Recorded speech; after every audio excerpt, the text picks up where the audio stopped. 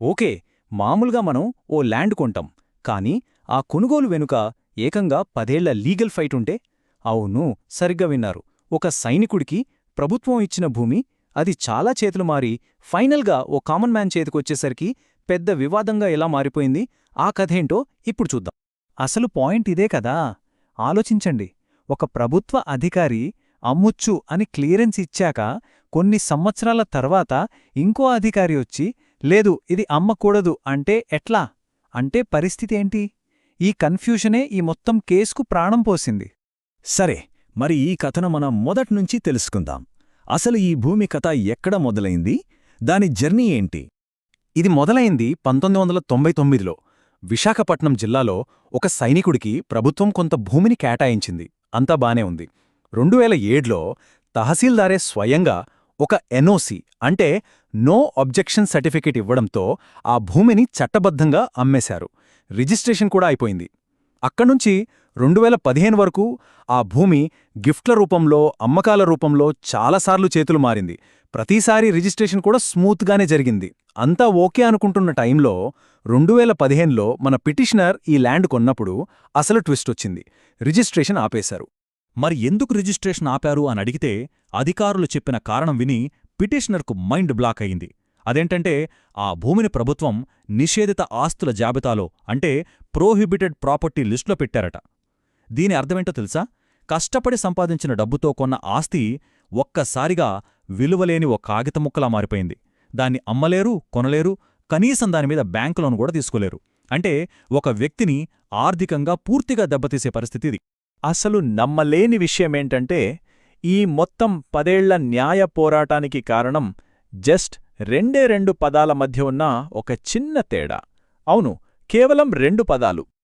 అవే ఆ 2 పదాలు. ఒకటి సర్వింగ్ సోల్జర్ అంటే సేవలో ఉన్న సైనికుడు. రెండోది ఎక్స్ సర్వీస్మెన్ అంటే మాజీ సైనికుడు. చూడ్డానికి చాలా చిన్న తేడా కదా. కాని ఈ తేడాను అధికారులు తప్పుగా అర్థం చేసుకోవటం వల్లే ఒక వ్యక్తి ఆస్తి హక్కులకే ప్రమాదం వచ్చిపడింది. అయితే జిల్లా కలెక్టర్ వాదనేంటో చూద్దాం. వాళ్ళు చాలా సింపుల్గా చెప్పారు. భూమి ఇచ్చినప్పుడు ఆ వ్యక్తి సేవలో ఉన్న సైనికుడు అంటే సర్వింగ్ సోల్జర్. కాబట్టి మాజీ సైనికులకు వర్తించే రూల్ అంటే 10 ఏళ్ల తర్వాత అమ్ముకోవచ్చు అనే రూల్ ఇక్కడ అప్లై అవ్వదు. అంతేకాదు, ఈ కేటాయింపును భూమిలేని పేదవాళ్లకిచ్చినట్టుగా చూడాలి. కాబట్టి ఈ భూమిని ఎప్పటికీ అమ్మడానికి వీల్లేదు. ఇది వాళ్ళ ఫైనల్ మాట. సరే, ప్రభుత్వం వాదన ఇలా ఉంటే మరి పిటిషనర్ కౌంటర్ ఏంటి? ఇక్కడే అసలు లీగల్ డ్రామా మొదలైంది. పిటిషనర్ తరపు లాయర్ ప్రభుత్వం పెట్టిన రూల్స్కే కౌంటర్గా ప్రభుత్వ రూల్స్నే కోర్టు ముందు పెట్టారు. చాలా ఇంట్రెస్టింగ్ కదా. వాళ్లు వాదించడానికి ఉపయోగించిన 2 ముఖ్యమైన విషయాల్లో మొదటిది జీఓ. మనం తరచూ వింటూ ఉంటాం కదా. జీఓ అంటే గవర్నమెంట్ ఆర్డర్. సింపుల్గా చెప్పాలంటే ప్రభుత్వం ఏదైనా ఒక పాలసీ డెసిషన్ తీసుకున్నప్పుడు దాన్ని అమలు చెయ్యమని డిపార్ట్మెంట్లకు ఇచ్చే అధికారిక ఉత్తర్వు అనమాట. ఇక రెండోది బిఎస్ఓ అంటే బోర్డ్ స్టాండింగ్ ఆర్డర్స్. ఇవి బ్రిటిష్ కాలం నుంచి వస్తున్న రూల్స్. రెవెన్యూ అధికారుల కోసం ప్రత్యేకంగా తయారుచేసిన ఒక రూల్ బుక్ లాంటిది. ఒక మాటలో చెప్పాలంటే ల్యాండ్ మ్యాటర్స్లో ఇది వాళ్లకు బైబిల్ లాంటిది. సరే, ఈ జీవోలు బిఎస్ఓలు ఉపయోగించి పిటిషనర్ ఏం వాదించారంటే, 1. జీవో 1117 ప్రకారమే సైనికులు 10 ఏళ్ల తరువాత వాళ్ల భూమి అమ్ముకోవచ్చు. 2. బిఎస్ఓ రూల్స్ ప్రకారం భూమి కేటాయింపుకు సర్వింగ్ సోల్జర్, ఎక్స్ సర్వీస్మెన్ అనే తేడా లేదు. ఇద్దరూ అర్హులే. ఇంకా చెప్పాలంటే ఆ సైనికుణ్ణి ఏవైనా సర్వీస్ నుంచి డిస్మిస్ చేస్తేనే భూమి వెనక్కి తీసుకుంటారు. ఇక్కడైనా గౌరవంగా రిటైర్ అయ్యారు. కాబట్టి అమ్మకం విషయంలో ప్రభుత్వం చూపిస్తున్న ఈ తేడా పూర్తిగా తప్పు అని గట్టిగా వాదించారు. ఇలా 2 వైపులా బలమైన వాదనలు వినిపిస్తున్నాయి. మరి ఈ టైంలో హైకోర్టు ఈ చిక్కుముడిని ఎలా విప్పింది? కోర్టు ఈ కేసును తేల్చడానికి ఒకే ఒక్క కీలకమైన డాక్యుమెంట్నే పరిగణనలోకి తీసుకుంది. అదే ఈ కేసులో గేమ్ చేంజర్. 2022లో సీసీఎల్ఏ జారీ చేసిన ఒక సర్క్యులర్. సీసీఎల్ఏ అంటే chief commissioner of land administration. రాష్ట్రంలో భూమి వ్యవహారాల్లో ఇదే టాప్ అథారిటీ. కింది స్థాయి అధికారులకు ల్యాండ్ చట్టాల మీద ఏమైనా కన్ఫ్యూజన్ ఉంటే సీసీఎల్ఏ ఆఫీసు ఇలా క్లారిటీ ఇస్తూ సర్క్యులర్లు ఇస్తుందన్నమాట. ఆ సర్క్యులర్లో ఉన్న 3 పాయింట్లు ఈ కేసుని పూర్తిగా మార్చేశాయి. ఫస్ట్ పాయింట్, సైనికులకు ఇచ్చిన భూమిని భూమిలేని పేదలకు ఇచ్చిన భూమిలా చూడకూడదు. సెకండ్, 10 ఏళ్ల తర్వాత భూమి అమ్ముకోవచ్చు, దీనికి సర్వింగ్ మాజీ అనే తేడా చూడాల్సిన అవసరం లేదు.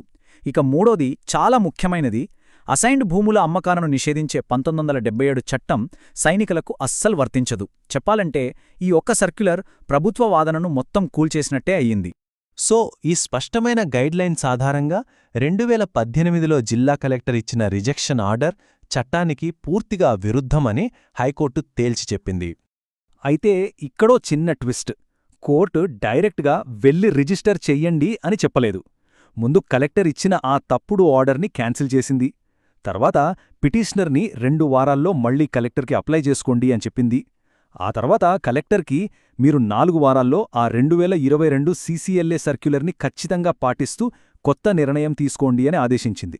సింపుల్గా చెప్పాలంటే బంతిని మళ్లీ కలెక్టర్ కోర్టుకే పంపింది, కానీ ఈసారి రూల్ బుక్ చేతిలో పెట్టి మరీ పంపింది. ఈ కేసు విశ్లేషణ ఇప్పుడు ముగింపుకు వచ్చింది.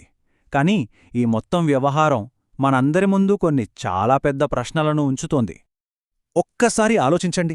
2007లో ఒక తహసీల్దార్ ఈ ల్యాండ్ అమ్మచ్చు, ప్రాబ్లం లేదు అని ఎన్ఓసి ఇచ్చారు. కొన్ని సంవత్సరాల తర్వాత అదే రెవెన్యూ డిపార్ట్మెంట్లోని పై అధికారి అంటే కలెక్టర్ లేదు, అది చెల్లదు అని ఎలా చెప్పగలరు? ఒకే ప్రభుత్వంలో ఒకే డిపార్ట్మెంట్లో అధికారుల మధ్య సమన్వయం లేకపోతే మధ్యలో నలిగిపోయేది మనలాంటి సామాన్యులే కదా. దీనికి ఇంతకన్నా పెద్ద ఉదాహరణ అవసరం లేదు. సరే, ఈ కేసులో ఆలస్యంగా అయిన న్యాయం దక్కింది, అది సంతోషించాల్సిన విషయమే. కానీ అసలు ప్రశ్న ఇంకా మిగిలే ఉంది. ఒక అధికారి అధికారికంగా ఇచ్చిన ఒక డాక్యుమెంట్ కొన్ని సంవత్సరాల తర్వాత చెల్లదు అని ఇంకో అధికారి అంటే ఇక ఈ సిస్టమ్ మీద నమ్మకమెలా ఉంటుంది? ఇలాంటి తప్పుడు నిర్ణయాల వల్ల నష్టపోయిన వాళ్లకి బాధ్యత ఎవరు తీసుకుంటారు? జవాబుదారీతనం ఎవరిది? ఇది మనమందరం ఆలోచించాల్సిన విషయం.